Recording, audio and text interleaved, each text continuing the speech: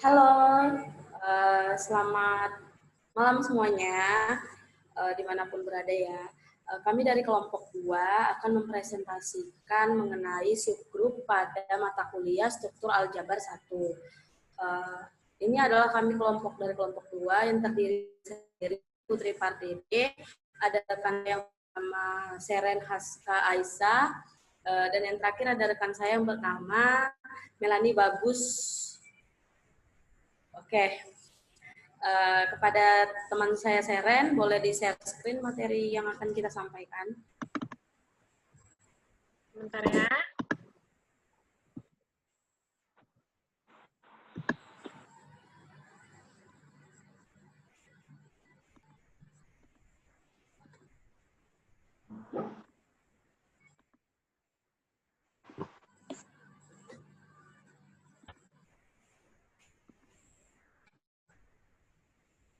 Oke, pada pertemuan kali ini kami akan membahas mengenai subgrup. Oke. Nah, sebelum kita masuk ke dalam materi, kita harus mengetahui subgrupnya sendiri. Nah, di sini ada pendahuluan. Pendahuluannya yaitu suatu himpunan bagian H dalam grup G mungkin kosong dan mungkin juga tidak kosong. Apabila sub dan H tidak sama dengan himpunan kosong, dibaca himpunan bagian tak kosong dari G dan dapat juga dinotasikan dengan himpunan tak kosong tidak sama dengan H subset G. Seperti yang sudah dibahas sebelumnya bahwa himpunan Z, Q, R, dan C keempatnya membentuk grup terhadap operasi yang sama yaitu penjumlahan. Di samping itu terdapat hubungan antara keempatnya yaitu Z subset dari Q, Q subset ke R, R subset C. Karena itu merupakan subgrup dari grup Q, R, C. Begitu juga dengan Q merupakan subgrup dari R dan C dan seterusnya. Nah, di sini ada definisi yaitu misalkan G suatu grup dan H adalah himpunan bagian tak kosong dari G. Himpunan H dikatakan subgrup dari G.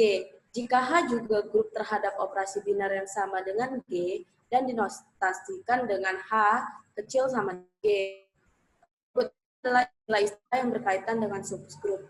Nah, di sini ada 9 poin yang akan kami bahas yang berkaitan dengan subgrup. Yang pertama, jika suatu grup dengan identitas E, jelas himpunan E dan G sendiri merupakan subgrup dari G. Yang kedua, subgrup yang membuat dirinya sendiri disebut juga subgrup tak sejati. Jadi, jika subgrup itu membuat dirinya sendiri tanpa membutuhkan grup lain juga, yaitu dia subgrup tak sejati, yaitu improper subgrup. Yang ketiga, subgrup yang memuat selain dirinya sendiri disebut juga subgrup atau proper subgrup. Yang keempat ada subgrup yang hanya memuat elemen identitas yaitu E disebut subgrup trivial atau trivial subgrup.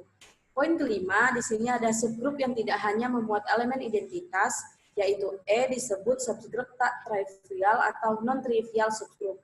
Yang keenam, jika H merupakan subgrup sejati dari grup G, maka H kecil dari G. Yang ketujuh, sejumlah elemen dari grup atau berhingga atau tak berhingga. Jadi sejumlah elemen dari grup itu meskipun dia berhingga atau tak berhingga disebut order. Order dari G dinyatakan dengan mutlak dari si G-nya. Order suatu elemen G dari grup G. Jadi di sini ada elemen G kecil, jadi ada grup G, G besar. Jadi untuk elemen sendiri dibilangnya G kecil, jadi untuk grup G besar adalah bilangan positif terkecil n sehingga G pangkat n sama dengan E. Jika tidak terdapat bilangan bulat, maka G mempunyai order berhingga. Order suatu elemen yang dinyatakan dengan G mutlak. Yang kedelapan, misalkan G suatu grup. Jika H subset G tidak sama dengan himpunan kosong, maka H disebut kompleks dari G. Jadi misalkan G itu adalah suatu grup. Jika H subset dari si G dan H tidak sama dengan himpunan kosong, maka H itu disebut kompleks dari si G-nya. Seperti itu. Misalkan G Dalam operasi bintang suatu grup dan H suatu himpunan bagian tidak kosong dari G, H operasi bintang disebut subgrup dari G operasi bintang jika H operasi bintang juga grup. Nah, untuk lebih memahaminya, kita masuk ke dalam teorema. Di dalam subgrup sendiri, kami ada memiliki sampai 7 teorema. Yang teorema pertama itu akan saya bahas, yaitu teorema 3.1. Misalkan G adalah subgrup dan grup kosong tidak sama dengan H subset G. Himpunan H dikatakan subgrup jika dan hanya jika memenuhi kondisi berikut. Nah, untuk teorema ketiga 3.1 ini, kita ada tiga poin. Yang pertama, H tertutup terhadap binar pada G, yaitu jika A, B elemen H, maka AB elemen H. Yang poin kedua, jika E identitas di G, maka E elemen H. Yang ketiga, jika A elemen H, maka A inverse elemen H. Jadi untuk teorema 3.1 ini harus memiliki ketiga poin ini. Jadi dia termasuk ke dalam teorema ini. Buktinya seperti ini. Misalkan subgrup G, jelas kondisi 1, 2, dan 3 dipenuhi. Jadi misalkan ada si H, dia subgrup dari si G. Jelas dia sudah terpenuhi dalam poin 1, 2, dan 3. Sebaliknya, andaikan H himpunan bagian tak kosong dari G dan berlaku kondisi 1, 2, dan 3. Sudah jelas bahwa operasi binar pada G itu dengan kondisi 1, maka operasi binar itu juga merupakan operasi binar pada H. Dari kondisi 2 menunjukkan berlakunya aksioma A2 pada grup, dan kondisi 3 menunjukkan berlakunya A3 pada grup.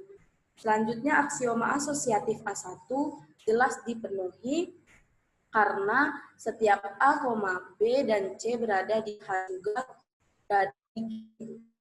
Dengan demikian, lengkap dipenuhi semua aksioma grup untuk H. Oleh karenanya, H merupakan subgrup dari G. Nah, yang kedua ada teorema 3.2, yaitu misalkan G suatu dari himpunan tak kosong tidak sama dengan H subset G. Himpunan H dikatakan subgrup jika dan hanya jika AB inverse subset H untuk setiap A, B elemen H. Buktinya, misalkan H subgrup G, A, B elemen H, jelas AB inverse elemen H. Sebaliknya, andaikan H merupakan himpunan bagian tak kosong di G, dan untuk setiap A, B elemen H berlaku AB inverse elemen H. Misalkan A H, maka E sama dengan AA inverse elemen H. Lebih lanjut lagi ada A inverse sama dengan EA inverse elemen H. Karena dipenuhi kondisi 2 dan 3 pada teorema 3.2.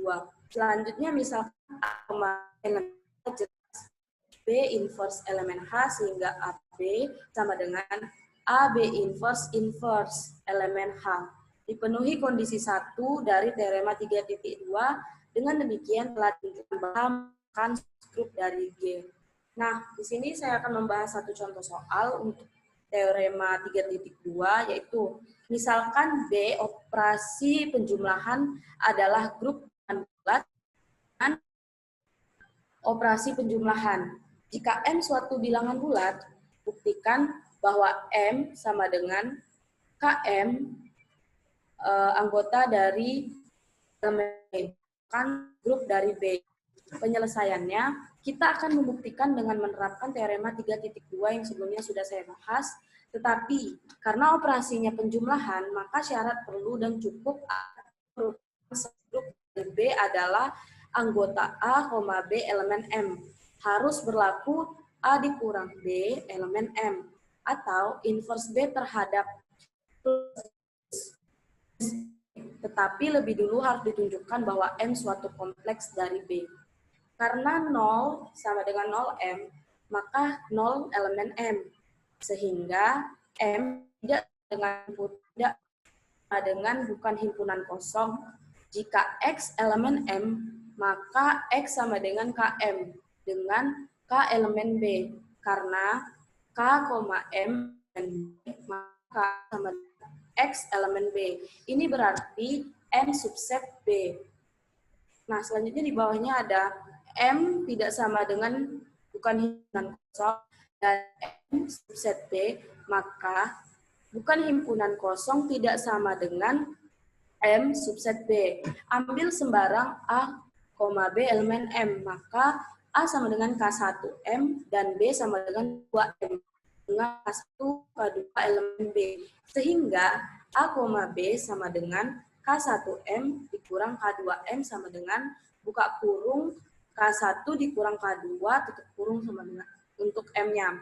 Nah, K1, K2 elemen B, maka K1 dikurang K2 elemen B.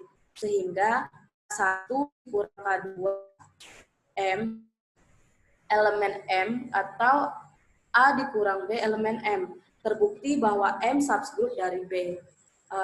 Itu penjelasan dari saya mengenai teorema 3.1 dan 3.2. Selanjutnya ada teorema 3.3 yang akan dibahas oleh rekan saya, Seren. Kepada Seren saya persilahkan. Oke, terima kasih kepada Putri yang sudah menjelaskan tentang definisi dan juga teorema 3.1 dan 3.2. Selanjutnya, untuk teorema 3.3 akan saya jelaskan. Nah, jika G suatu grup abelian dengan elemen identitas E, tunjukkan bahwa H sama dengan A elemen G di mana A kuadrat sama dengan E adalah subgrup dari G. Nah, buktinya H subgrup dari G. Nah, E itu elemen identitas dari G, dan A kuadrat itu sama dengan E elemen dari G. Dengan A elemen G, sehingga H tidak sama dengan bukan dari himpunan kosong. Setiap elemen H adalah himpunan dari elemen G, maka H itu subset dari G. Jadi H itu suatu kompleks dari G. Nah, misalkan ambil sembarang A dan B itu elemen dari H, maka A kuadrat itu sama dengan E dan B kuadrat sama dengan E. Selanjutnya, perhatikan contoh di bawah ini ya.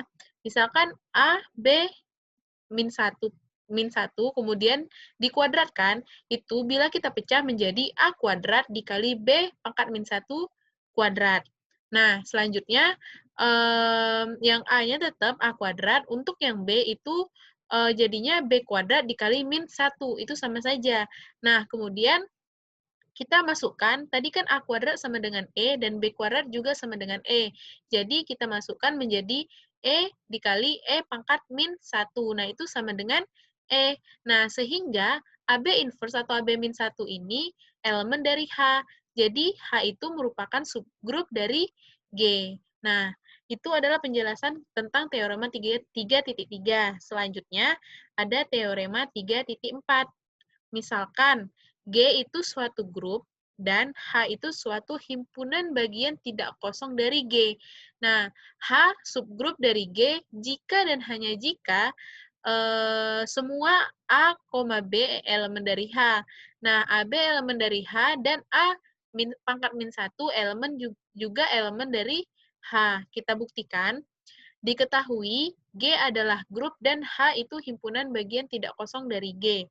H subgrup dari G, maka H juga merupakan grup sehingga semua dari A, B itu elemen H pasti berlaku. Yang pertama, AB itu elemen H, kemudian A inverse itu juga elemen dari H. Maka semua A, B elemen H berlaku, AB elemen H, dan A inverse elemen H. Akan ditunjukkan H itu subgrup dari G. Berarti H merupakan grup. Yang pertama, H itu bersifat tertutup terlihat dari AB elemen dari H. Kemudian akan ditunjukkan sifat asosiatif. Misalkan ambil sembarang X, Y, dan Z itu elemen H, maka X, Y, Z itu elemen G karena H itu subset G dan G adalah grup. Maka berlaku X kali Y dalam kurung, kemudian dikalikan dengan Z, itu sama juga dengan X dikalikan Y kali Z di dalam kurung.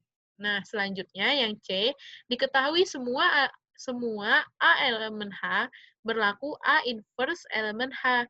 Dan menurut yang I tadi, yang AB elemen H itu berlaku A inverse elemen H, dan A inverse itu sama dengan E. Maka E itu juga elemen dari H. Selanjutnya, setiap elemen dalam H mempunyai inverse yang diketahui dari yang nomor 2 tadi ya, yang A inverse elemen dari H.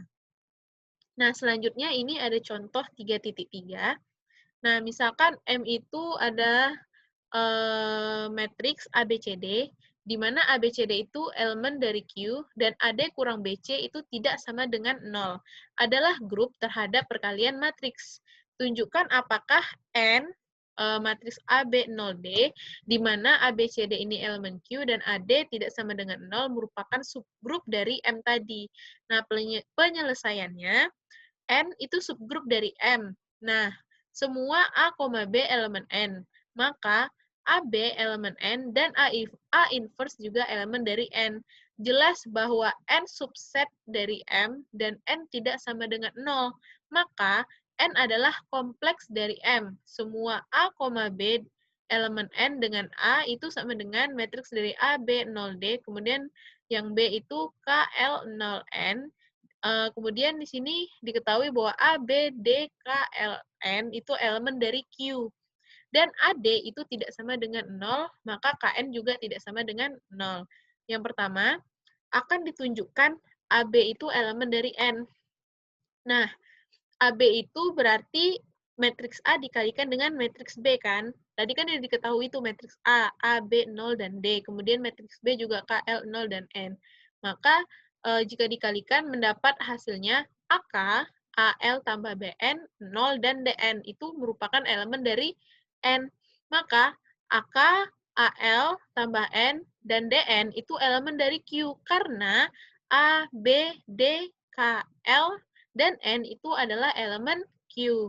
Kemudian akan ditunjukkan A, K, kemudian DN itu tidak sama dengan 0, karena A, B, K, L, N itu elemen dari Q. Nah, AD tidak sama dengan 0, KN juga tidak sama dengan 0. Maka, AK, DN sama dengan AD, KN tidak sama dengan 0. Nah, selanjutnya yang kedua itu A inverse elemen dari N. Nah, A inverse itu berarti kan yang awalnya yang awalnya matriks A itu A, B, 0D, maka matriks A inverse-nya menjadi D min B, 0, dan A. Itu elemen dari N. Karena A dan min B dan juga D itu elemen dari Q. Dan AD tidak sama dengan 0. Nah, jadi dari pembuktian yang pertama dan kedua ini, maka terbuktilah bahwa N itu merupakan subgrup dari M. Nah, selanjutnya ada teorema 3.5. Nah, di sini jika G suatu grup dari himpunan kosong tidak sama dengan H subset dari G, maka H merupakan subgrup dari G jika dan hanya jika H inverse itu sama dengan H. Nah, kita buktikan. Misalkan H adalah subgrup dari G dan akan dibuktikan bahwa H inverse itu sama dengan H.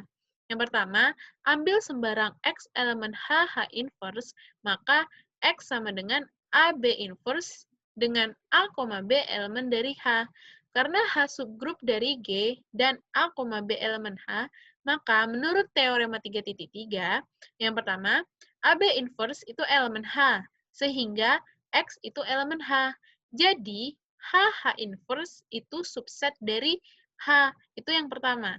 Kemudian yang kedua, ambil sembarang A elemen H, karena H itu subgrup dari G, maka E elemen dari H. Sehingga AE inverse itu sama dengan A elemen H inverse.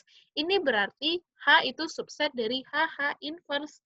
Nah, dari persamaan 1 dan 2 tadi disimpulkan bahwa H inverse itu sama dengan H. Nah, baiklah, sekian penjelasan dari saya tentang teorema 3.3, 3.4, kemudian teorema 3.5, dan juga ada contoh yang sudah saya jelaskan. Selanjutnya adalah teorema 3.6 yang akan dijelaskan oleh teman saya, Melanie. Kepada Melanie, dipersilakan.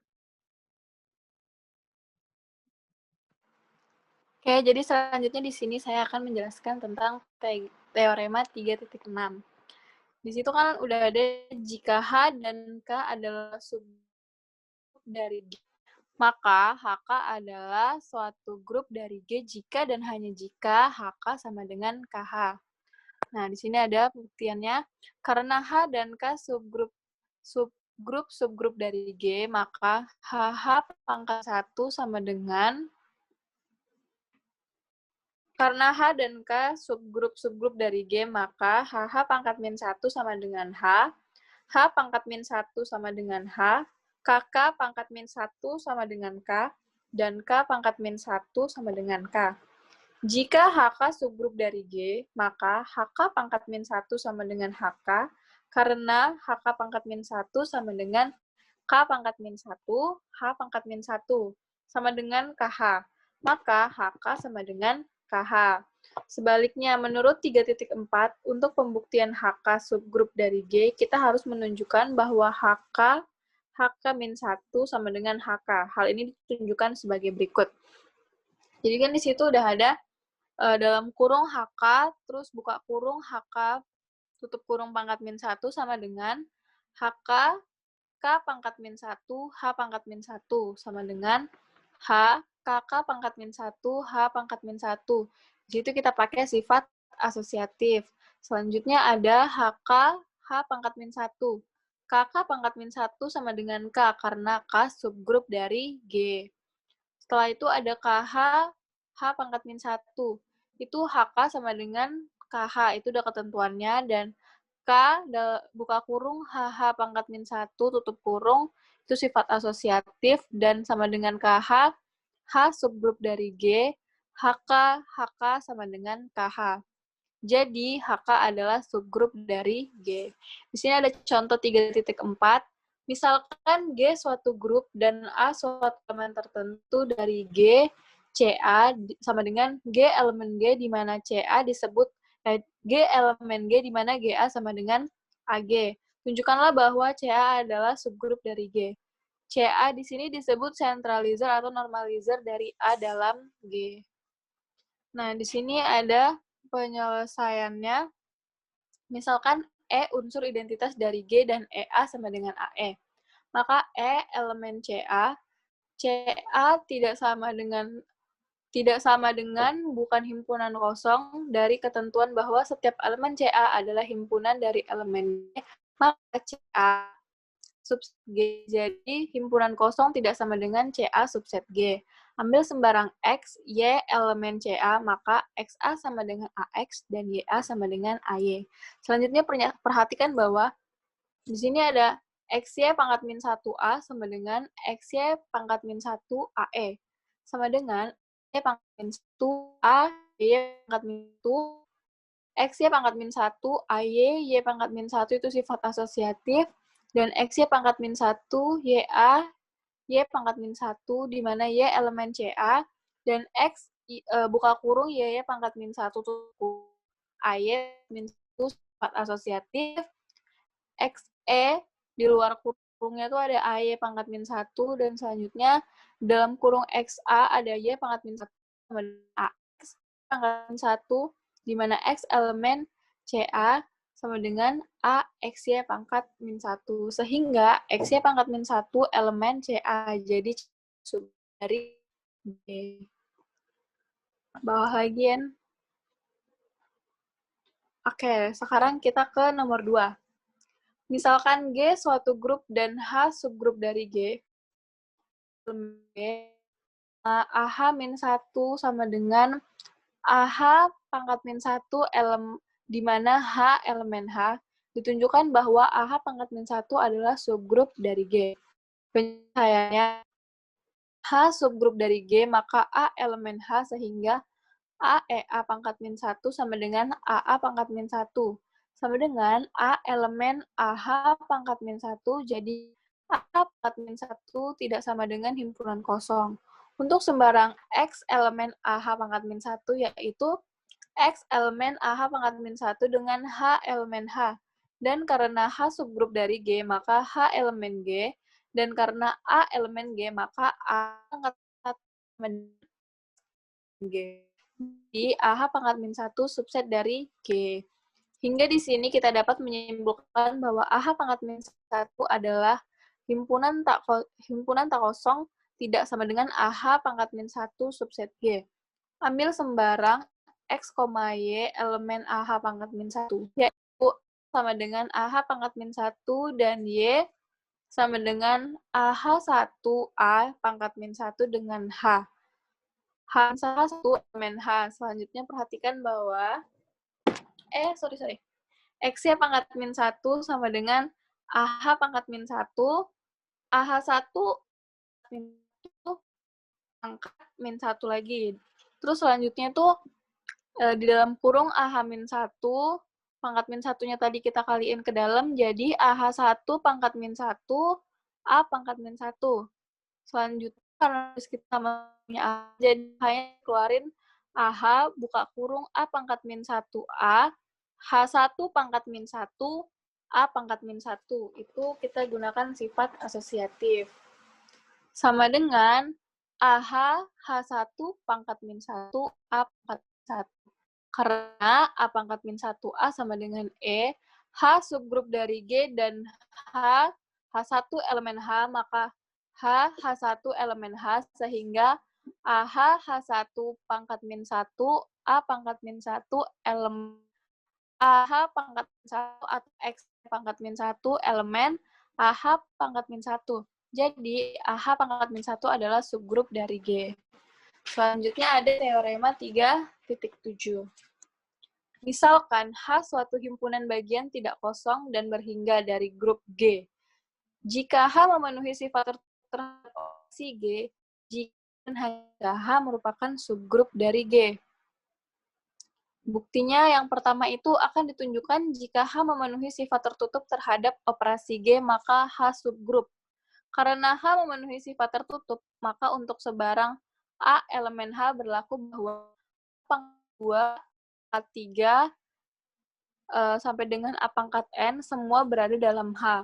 Karena H suatu himpunan bagian tidak kosong dan berhingga, maka terdapat pengulangan penulisan unsur sebagai perpekatan bulat positif dari A.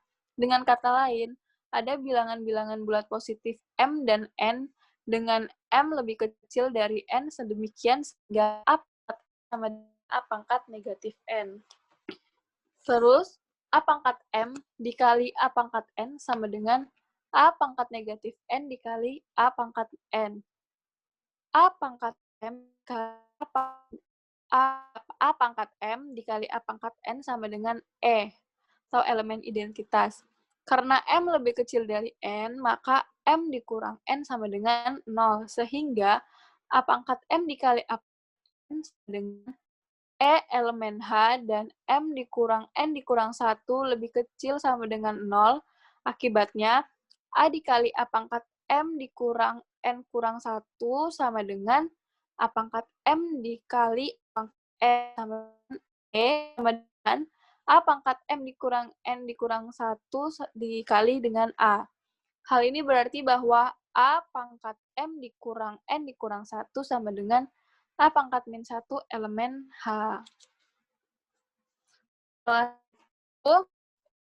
Bukti yang kedua itu akan ditunjukkan jika H subgrup, maka H memenuhi sifat tertutup. Jika H subgrup dari G, maka menurut teorema 3.5 jelas bahwa sifat tertutup dan terbukti. Selanjutnya itu ada contoh 3.5. Jika N suatu kompleks berhingga dari G, ditunjukkan bahwa N subgrup dari G. Jika hanya jika N sama dengan N. Penyelesaiannya, diketahui N suatu kompleks berhingga dari G. Terus itu, kan ada pembuktiannya. Yang pertama itu akan ditunjukkan subgrup dari jika N sama dengan N. Jadi bisa dilihat juga sama teman-teman. Di situ kan udah ada pembuktiannya 2. Setelah itu bisa dilihat sendiri ya yang bagian itunya. Abis itu kita ada latihan soal teman-teman setelah dari apa yang kita jelasin. Selanjutnya saya kembalikan ke moderator. Baik teman-teman semua, ini mungkin selesai dari penjelasan kami mengenai subgroup yang udah kami jelaskan dari mulai definisi, pendahuluan, hingga teorema 1 sampai teorema 7. Dan di sini kami sudah menerapkan latihan soal, yaitu ada 5 soal untuk evaluasi teman-teman agar lebih memahami materi yang sudah kami jelaskan. Sekian dari penampilan kelompok kami, terima kasih dan sampai jumpa lagi.